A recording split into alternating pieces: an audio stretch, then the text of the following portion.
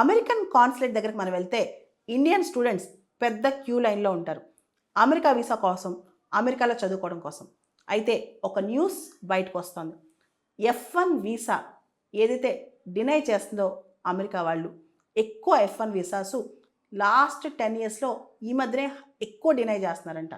దాదాపు 41% foreign student అప్లికేషన్స్ని deny చేసిందంట America. దీనికి సంబంధించి F1 visa rejection rate in US అనే దాని మీద వార్తా కథనాలు వస్తున్నాయి. 2023-24 సంవత్సరంలో దాదాపు అమెరికా 6.79 ల్యాక్ అప్లికేషన్స్ వచ్చాయంట. అమెరికాకి 6.79 లక్షల F1 వీసా అప్లికేషన్స్ వస్తే దానిలో 2.79 ల్యాక్ అంటే దాదాపు 41% వీసా అప్లికేషన్స్ డినై అయ్యాయంట. ఇది 2022-2023కి పోలిస్తే చాలా ఎక్కువ. ఎందుకంటే 2022-2023లో 36% డినై అయితే 2023-2024లో 41% డినై అయ్యాయంట. గత 10 సంవత్సరాల ఎన్నడూ ఇంత పర్సంటేజ్ వీసా డినయల్స్ లేవంట. దీనికి సంబంధించి అమెరికా స్టూడెంట్ వీసాస్ని ఎక్కువగా డినై చేస్తుందనే దాని మీద వార్తా కథనాలు వస్తున్నాయి. ఒకసారి డినై చేస్తే రెండోసారి మళ్ళీ మనం ఫింగర్ ప్రింట్స్ కలిగి ఫీజు కట్టి మళ్ళీ అప్లై చేస్తుంటాం అనమాట.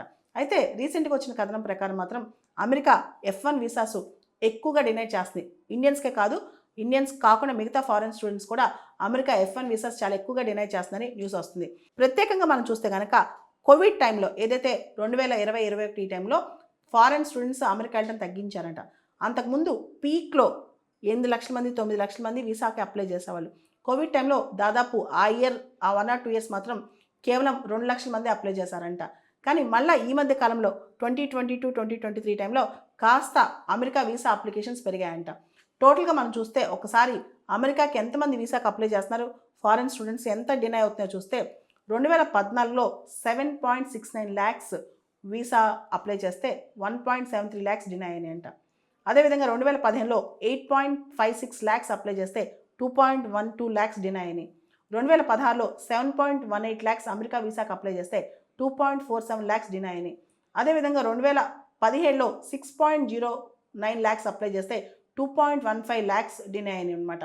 అలా చూసుకుంటూ పోతే కోవిడ్ టైంలో 2020లో 1.62 ల్యాక్స్ అప్లై చేస్తే 50,000 వీసాలు డినై అయినాయంట.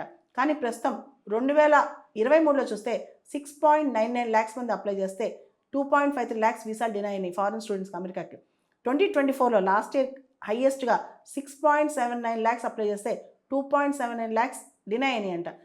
దాదాపు 41% డినై అయిపోతుందని చెప్తున్నారనమాట. F1 వీసాస్ అనేవి non immigration category student visas అనమాట. ఎవరైతే అమెరికాలో చదువుకుంటారో వాళ్ళ కోసం. అదేవిధంగా M1 వీసా అని ఇంకో రకమైన వీసా ఉంది. M1 అది వొకేషనల్ అండ్ నాన్ అకాడమిక్ ప్రోగ్రామ్స్కి. అమెరికా ఇచ్చే F1 వీసాసు ఇలా ఎందుకు ఎక్కువ డినై అవుతున్నాయంటే దానికి ఇమిగ్రేషన్స్ అండ్ నేషనాలిటీ యాక్ట్ కింద వాళ్ళు ఎవరైతే వీసా జారీ చేస్తారో వాళ్ళు కేస్ బై కేస్ అనలైజ్ చేస్తారనమాట. వాళ్ళకి ఆ స్టూడెంట్ ఎలా లాభపడతాడు, అతను వెళ్ళి పర్మనెంట్గా ఉండిపోతాడా, అతను మళ్ళీ అమెరికాకి లాభమా నష్టమా ఇవన్నీ చూస్తారనమాట.